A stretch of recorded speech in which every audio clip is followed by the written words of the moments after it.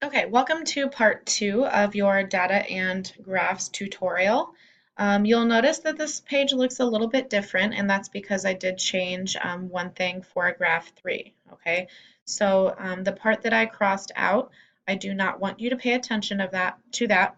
I want you to know that your predator data will be plotted on the horizontal x-axis and your prey will be on the vertical y-axis. Okay. The reason for this will make sense once you actually see the graph, okay? So for graph 3, we are going to go back to our data table, and we are again looking at your total predators versus your total prey, okay? So I'm going to click on total predators. I'm going to again press my shift key, and I'm going to select all of the data down, and then I'm going to press the arrow key over to also select the total prey. I'm going to insert a chart, and then at first you will see a bar graph, but I would like this to be again a scatter plot. So you will notice again that you have a very high number over here and a very low number over here. Okay, so really your x-axis right here is going to be your predators and your y-axis is going to be your prey. Okay, so that's really what I wanted for this. And the reason that it makes sense is because what they do is Google finds like an easy way to show your data. Okay, if you only had your predators over here, your number would probably be smaller. Okay, then the numbers on the bottom would be quite large. Okay, your graph might look a little bit skewed and incorrect. So this is why I wanted your total predators on the bottom and then your total prey here on the y-axis. Okay. We are going to click Customize, and we are going to add our titles again. Okay, so you're going to add your chart title. So I am going to put total predators versus total prey.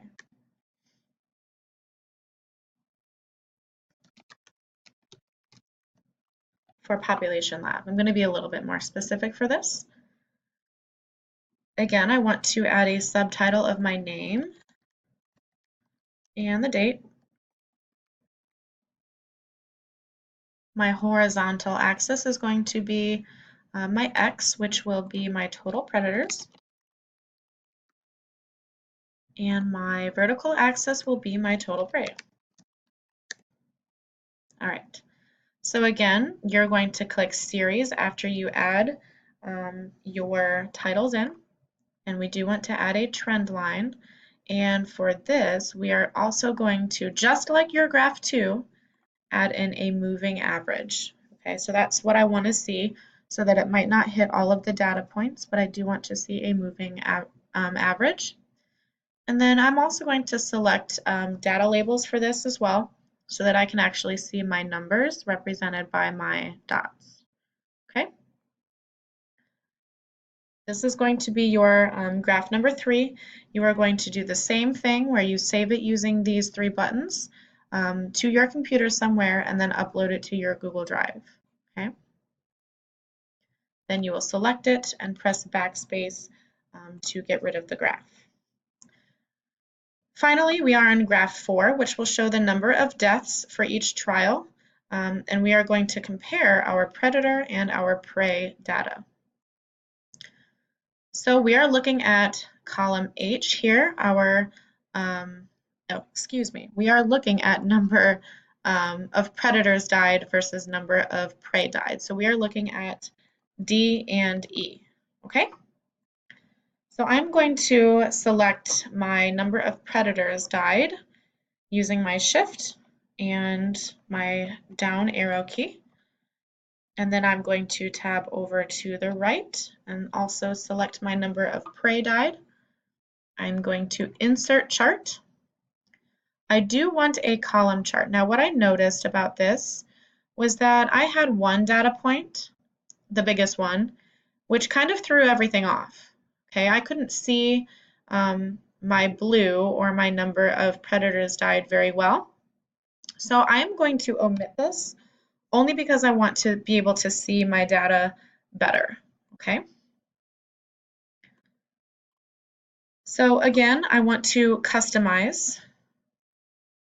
Oh, before I do that, I want to add my x-axis down here, which is going to be per round. Okay, so I am comparing my number of predators and prey that died per round or trial that I did. So I'm going to add in my x-axis data, which again will be A1 to A9, just like before, and that will give me my points.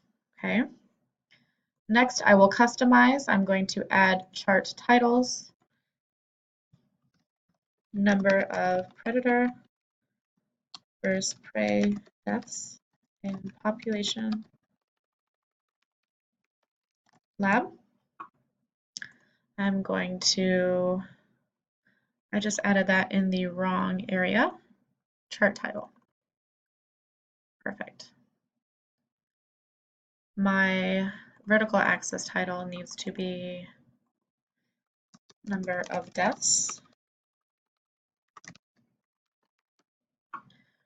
whereas my horizontal is round or trial. Okay. I also need to add in a subtitle, which is my name and the date. Okay. So after you add in all of that information, you are pretty much done.